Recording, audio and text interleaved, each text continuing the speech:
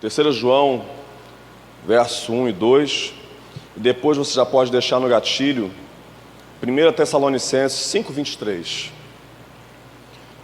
Diz assim a palavra do Senhor: o presbítero amado Gaio, a quem eu amo por causa da verdade, isso é João escrevendo. Amado, oro na expectativa de que tenhas boa saúde, que sejas bem-sucedido em tudo o que empreenderes, assim como é próspera a tua alma. 1 Tessalonicenses, capítulo 5, verso 23, diz assim: que o próprio Deus da paz vos santifique integralmente, que todo o vosso espírito, alma e corpo sejam mantidos irrepreensíveis na vinda de nosso Senhor Jesus Cristo. Em algumas versões diz até a vinda do nosso Senhor Jesus Cristo. E orando, pedindo a Deus uma direção, a gente está em propósito de cura, e eu falei para o Senhor assim: Senhor, eu entendo que nós estamos em propósito de cura, mas por que não ir além de só buscar a cura? Por que não ir além de só buscar a solução? E existe uma palavrinha chamada parceria, que ela precisa ser atrelada à palavra cura, que é a palavra prevenção. Prevenção. Nós, como seres humanos, somos muito tendenciosos, isso é normal do ser humano, a buscar a correção dos problemas, buscar a correção das situações, buscar a correção do mal. Mas geralmente nós não nos preocupamos com a prevenção do mal. Geralmente nós não observamos a oportunidade de prevenir que aquilo aconteça. Exemplo, ultimamente eu não tenho mais podido tomar café puro, porque quando criança, adolescente, sempre tinha, não sei, né? Tem casas que ainda tem, né? Mas lá em casa sempre tinha, em cima do fogão, a famosinha garrafa, a maioria tinha, a famosinha garrafa de café. E virou hábito, costume. Acabou o almoço, a gente vai lá e aí pega um golinho de café. Quem já fazia isso? Quem faz isso? Eu ainda não faço mais, porque agora tem que ser café com leite. Mais leite do que café. Mas antigamente eu tomava num copo, assim, ó, quase do tamanho desse copo de água, de café. O corpo, ele reage. O corpo reage. E conforme o tempo foi passando, eu comecei a sentir um pouco mal. Aí eu falei assim: o que é isso? Eu comecei a observar o que eu comia, o que eu bebia. Aí eu descobri: caramba, não posso mais tomar café puro, porque se eu tomar café puro, ataca na hora aquele fogo aqui dentro, né? Aquela coisa, aquele mal-estar. E aí eu pude observar que, por eu não prevenir, eu não posso mais tomar café puro. Tem que tomar café com leite. E uma coisa que nós, como homens e mulheres de Deus, como igreja do Senhor, precisamos aprender a prevenir certas coisas. Precisamos aprender a prevenir certas dores. Precisamos aprender a prevenir certos mal-estares. Precisamos aprender a prevenir certos desconfortos. E quando eu falo isso, amado, não é só no sentido físico. É no corpo, na alma e no espírito. Porque, como bem disse a nossa ministra Adriana, nós precisamos de cura física, sim. Mas se você for observar e procurar, boa parte das pessoas que hoje, no tempo atual, ficam enfermas, essa enfermidade ela é proveniente de alguma enfermidade da alma. Boa parte. Vou dar um exemplo para você. Há um pouquinho de tempo atrás eu tive um problema seríssimo. Minha esposa está lá atrás, ela sabe. Seríssimo. Coisa assim, diabólica. E aquilo ali foi passando, a poeira foi abaixando. E ficou aquele mal-estar dentro do meu coração. E aquela coisa mal resolvida, que no nosso íntimo, no nosso homem exterior, quer ir lá e resolver no peito e na raça, no braço e na força. E quando a gente não pode fazer isso, o que a gente faz naturalmente? Fica alimentando aquele sentimento ruim. E à medida que a gente alimenta aquele sentimento ruim, o tempo vai passando, e você pode observar que você começa a perder o gosto por certas coisas que Deus colocou para você fazer, começa a perder a motivação pela obra de Deus, começa a perder o ímpeto pela oração, pela leitura da palavra, pela busca ao Espírito Santo, porque tem alguma coisa lá dentro do coração que está amargurando, está amargando, está impedindo, está travando, está fechando os céus para nós não recebermos o que Deus tem para nós. E aí é quando a gente começa a dar várias desculpas.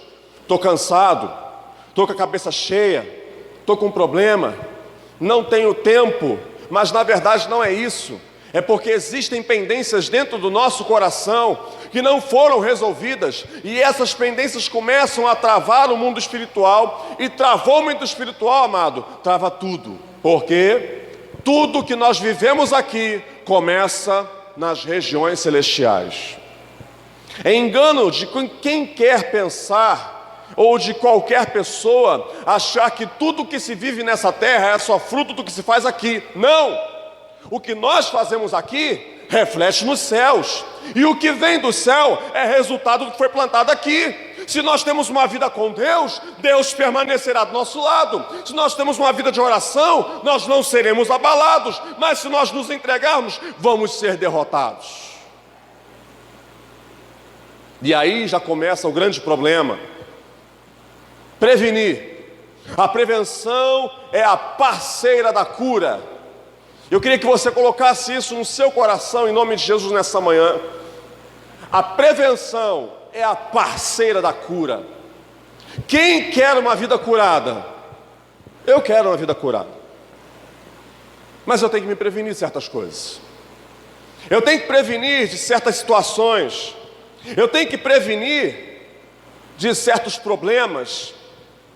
Porque quando eu comecei a ficar com esse mal-estar dentro do meu coração, começou a saber fazer o quê? Vou ficar em casa porque eu não quero falar com ninguém hoje não. Está entendendo isso? Está entendendo isso? Porque eu estou amargurado. Porque eu estou com uma bronca dentro do meu coração e não foi resolvida ainda. Porque eu estou com uma pendência ainda com fulano que fez uma coisa, uma situação comigo, e eu não pude abrir a boca, porque eu sou um homem de Deus, ou eu sou uma mulher de Deus. Então se eu abrir a boca da jeito que eu quero, da forma que eu quero, na proporção que o meu sistema nervoso está, eu vou ser tido como? E aí não se resolve, vai se mascarando uma coisa, e aí começa a enfermidade da alma a se alojar, começa a enfermidade da alma a se instalar, e a enfermidade da alma vai lá, ela começa a abrir a porta. Abriu a porta, está entrando no ar quente, não está? Não está entrando no ar quente? Está indo embora o refrigério do ar-condicionado? É assim que acontece no mundo espiritual. Quando a enfermidade da alma ela entra, o Espírito Santo, ele está aqui refrigerando, ele está aqui mantendo o ambiente, ele está aqui mantendo o clima para a gente conseguir suportar o calor dessa terra. Mas quando a enfermidade da alma ela entra, ela se instala, ela se aloja, ela vai lá na porta do Espírito, ela abre a porta e todo aquele calor, tudo aquilo que não é bom para a nossa vida, começa a entrar e contaminar o ambiente. E contaminou o ambiente espiritual, amado, acabou. Por quê? Não quero mais ver ninguém. Pastor liga, não quero atender. O meu líder ligou, não quero falar. Ou então, muitas pessoas enfermas da alma acabam terceirizando a culpa do problema. Daí senta um amigo do lado, ou alguém, e vai lá e terceiriza. Não, a culpa é de fulano, a culpa é de ciclano, e começa a querer achar culpado em tudo e todos. Mas na verdade não existe. O que existe é uma ação maligna que se instalou, conseguiu agir, conseguiu encontrar pouso, e aí contaminou tudo. Eu falei, Senhor, como é que pode isso? A prevenção, ela é uma parceira da cura. E aí, primeira coisa, previna para o seu corpo, porque Deus, Ele considera a cura para as 3 áreas da nossa vida. Quando nós estudamos um pouquinho sobre a Bíblia, não vou nem entrar na questão teológica, mas no seminário tem uma disciplina e aborda tricotomia, que é a composição do ser humano.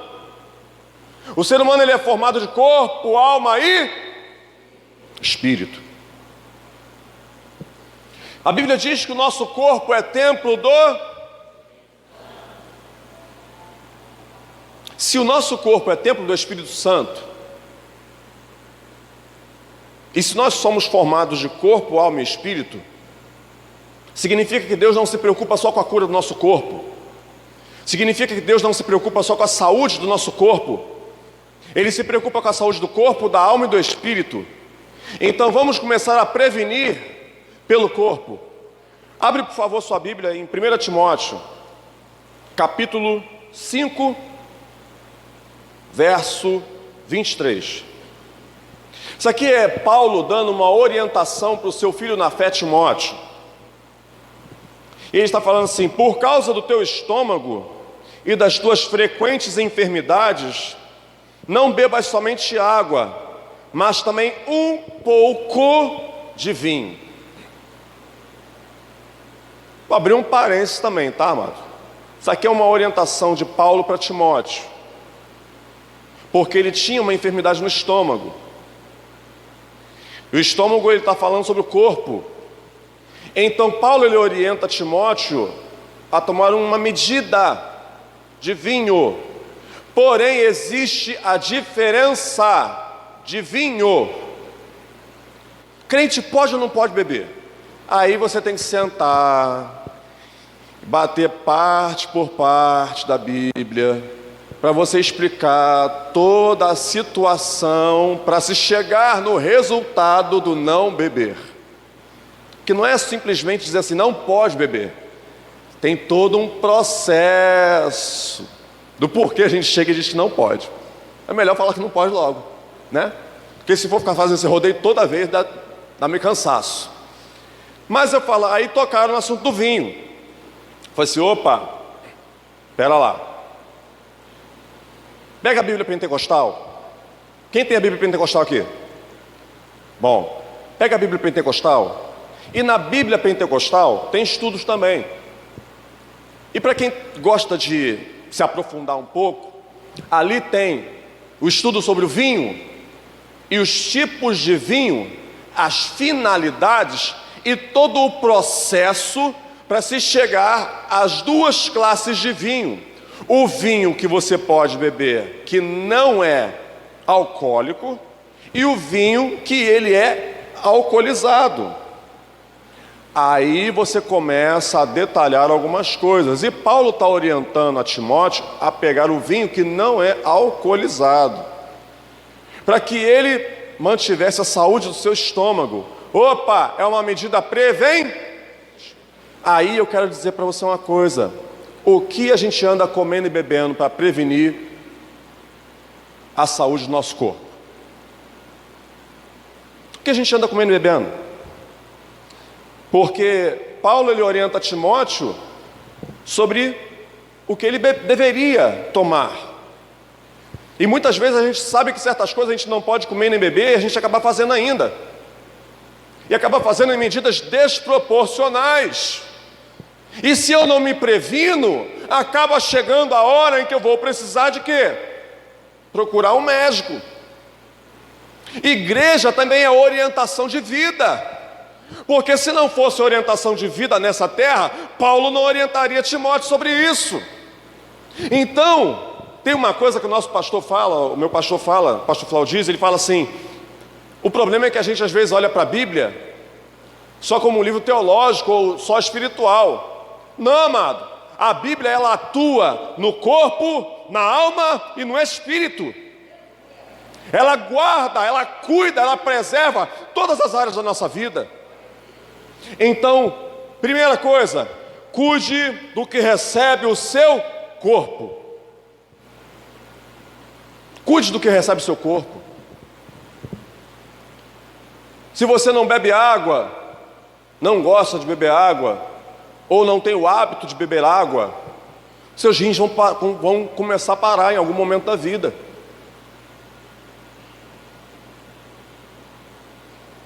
Vai começar a parar. Então, para você que não tem o hábito de beber água, previna-se, para não chegar ao ponto de precisar de quê? Buscar um médico para ver os seus rins. Prevenção, preparo. Desejo que te vá bem em todas as coisas e que tenhas saúde. Abre lá, por favor, em 1 Timóteo ainda, mas no capítulo 4, só voltar um pouquinho, capítulo 4, verso 8. Diz assim, capítulo 4, verso 8, ainda em 1 Timóteo, parte A: o exercício físico, de fato, é de algum valor. Isso é na minha versão, King James. Paulo está falando, olha só como Paulo ele orienta a Timóteo, ele abre a visão. Precisamos abrir a visão, amados. Precisamos abrir a visão, porque às vezes Deus ele quer estabelecer a cura na nossa vida, mas nós precisamos ter também as nossas medidas. E não adianta Deus enviar a cura se nós não fizermos a nossa parte.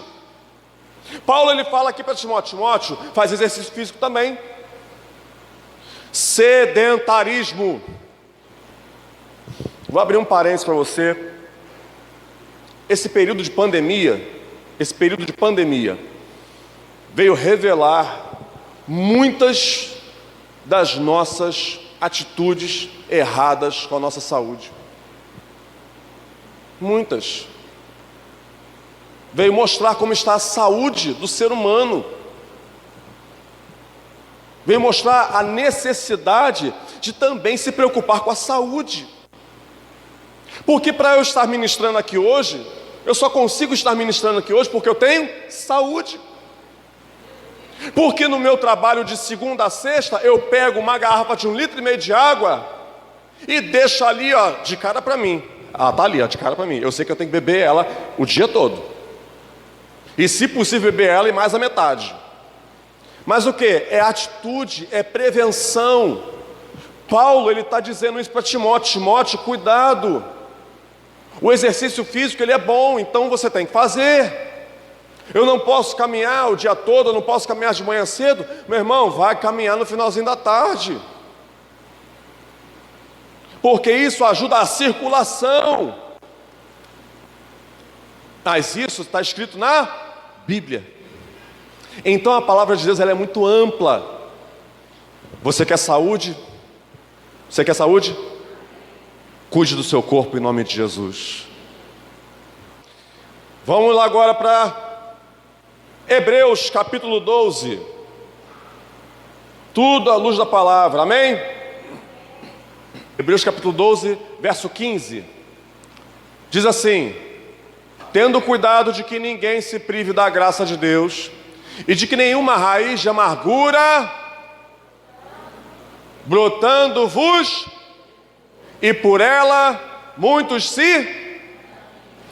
Cuide do que recebe a sua alma. Cuidamos do que recebia o corpo. Agora precisamos cuidar do que recebe a... Não foi a dica que Paulo deu? Corpo, alma e espírito.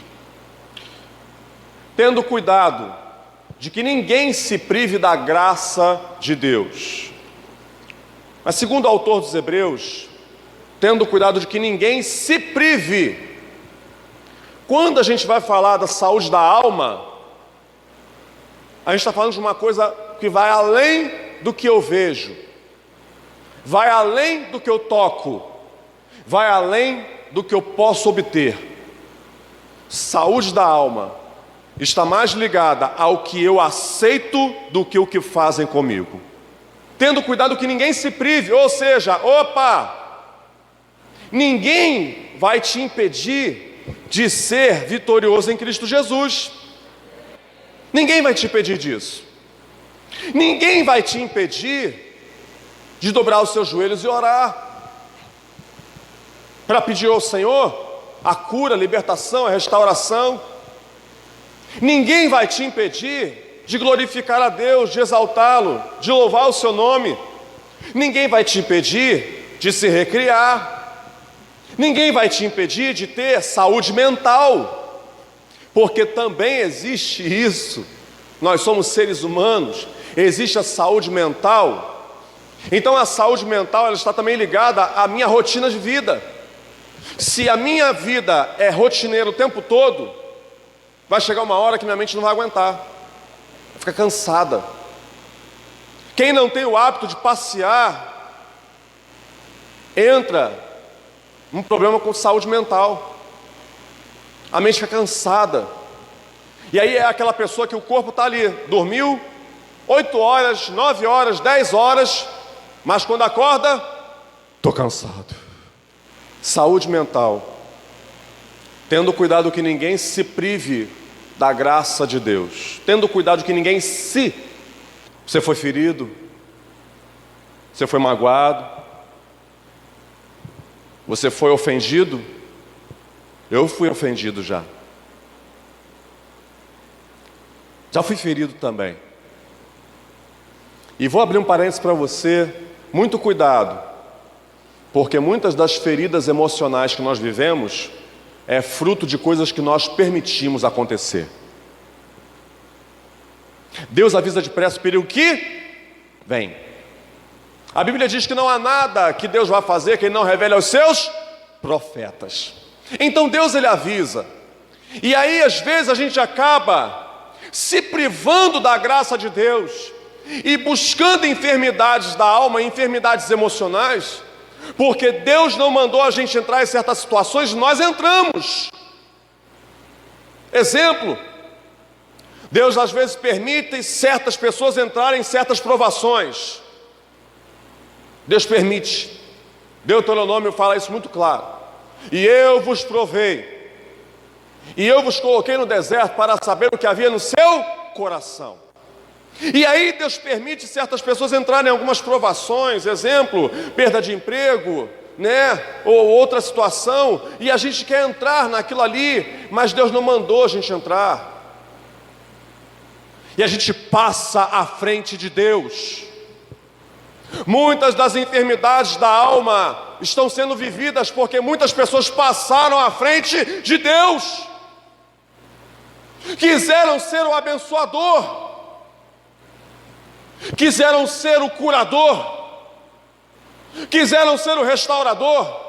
Meu irmão, minha irmã, vou dizer uma coisa para você: nós somos agentes, porque o poder, a glória, a honra, a excelência vem só do Senhor. Tantas das vezes nós nos privamos da graça de Deus por causa da nossa emoção, por causa dos nossos sentimentos, e nós não consultamos a Deus se é da vontade dEle ou não que aquilo seja feito. E muitas vezes Deus está permitindo certas coisas para aperfeiçoar o outro, e nós entramos na frente do trabalhar de Deus, entramos na frente do agir de Deus, entramos e impedimos o processo todo, e aí depois a gente sofre as consequências por causa disso. Então, previna-se e cuide do que vai receber a sua alma, tendo cuidado que ninguém se prive da graça de Deus, de que nenhuma raiz de amargura. Eu me privei lá atrás e depois veio a consequência do fruto da raiz de amargura. Porque a amargura, irmãos, ela não é uma coisa que ela vai nascer de hoje para amanhã já, não. Ela é uma coisa que ela vai ser plantada, para ter raiz e ficar ali, fixado.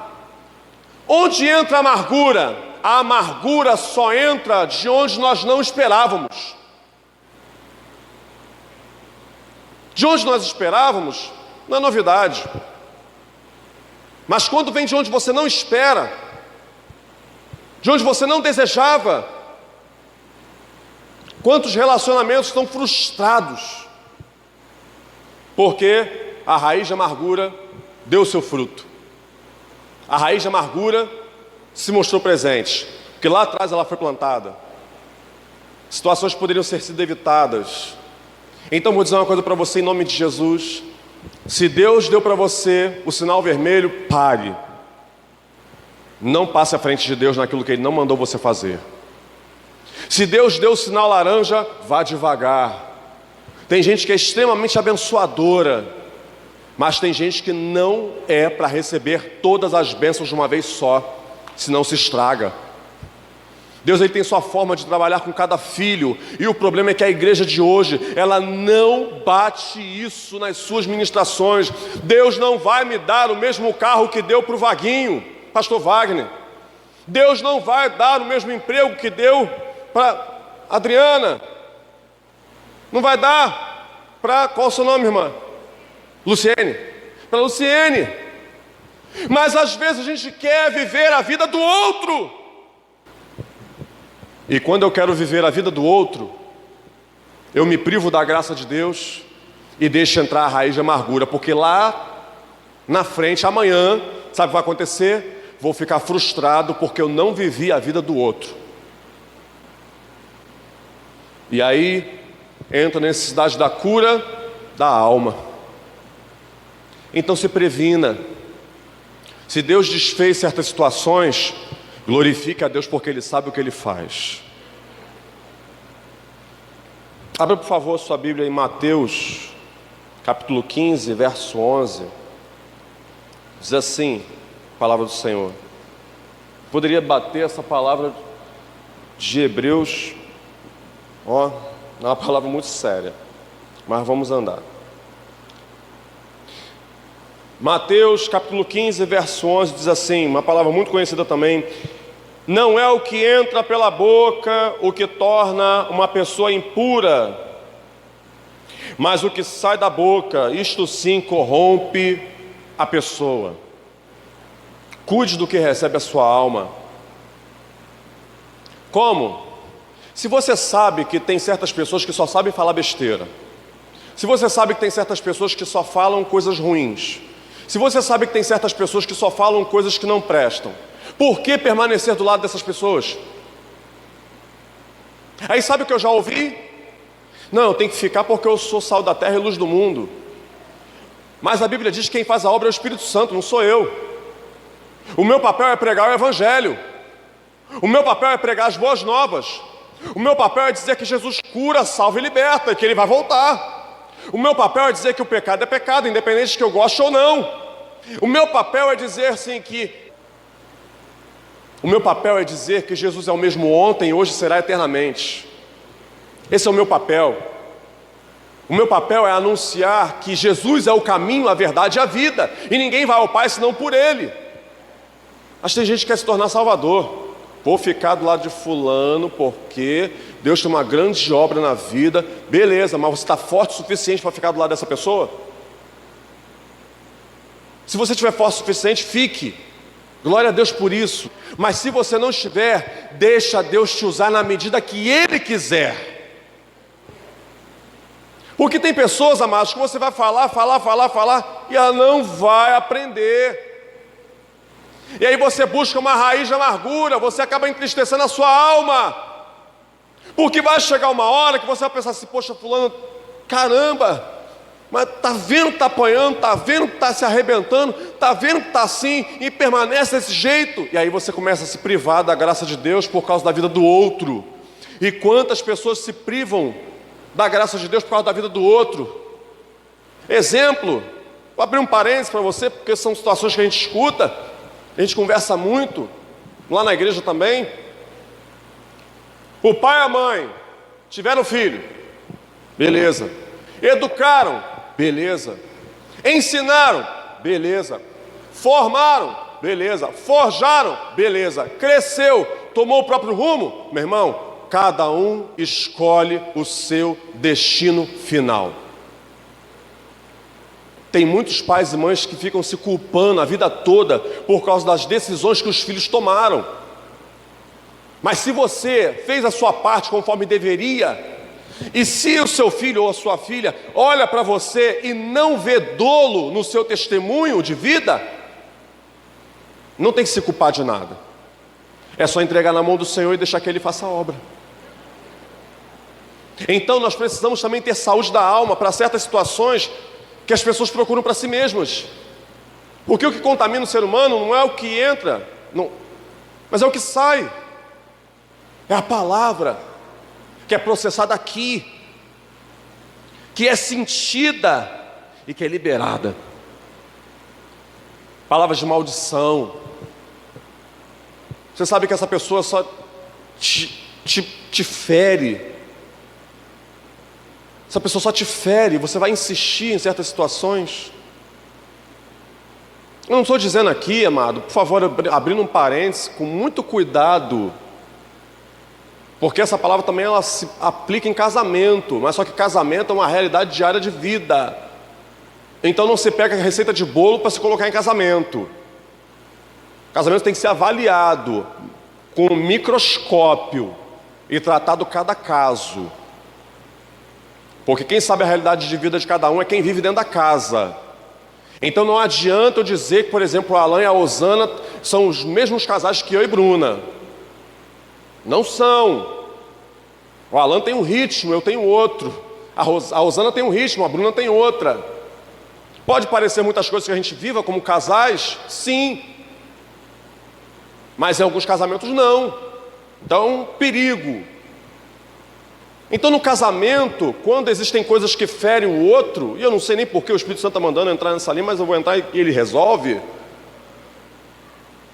Quando existem coisas que ferem um ao outro, eu preciso segurar um pouco e não tomar medidas impulsivas.